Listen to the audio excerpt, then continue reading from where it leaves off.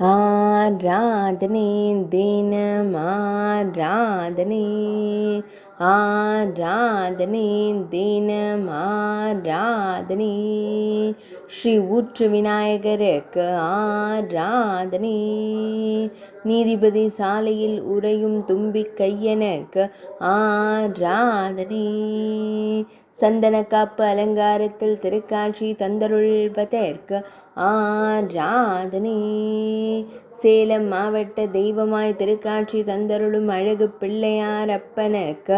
ஆராதனை சேலம் மாவட்டத்தில் உறைவதற்கு ஆராதனை மழவ நாட்டில் உறையும் தும்பிக்கையனுக்கு ஆராதனை